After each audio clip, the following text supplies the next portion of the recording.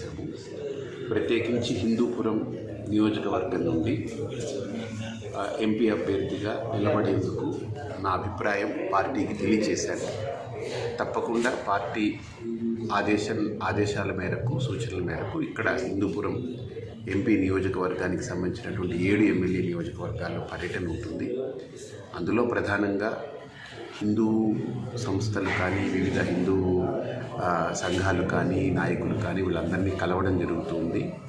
అలాగే ప్రతి సామాన్యులను కూడా కలుస్తూ వాళ్ళ యొక్క అభిప్రాయాలను సేకరిస్తూ కార్యక్రమాలు రూపొందిస్తున్నాం. తప్పకుండా పార్టీ ఆదేశం మేరకు అభ్యర్థిత్వాన్ని ఖరారు చేసిన వెంటనే కార్యాచరణ ప్రకటించి ముందుకెళ్తాం.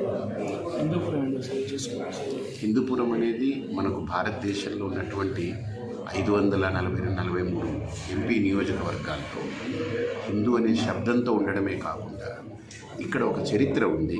ఇది ఒక విజయనగర సామ్రాజ్యాన్ని పుట్టినిల్లుగా దీన్ని చెప్పడం జరిగింది. కాబట్టి ఇది నాకు ఒక ఇన్స్పిరేషన్గా నేను తీసుకుని దిగుతున్నాను.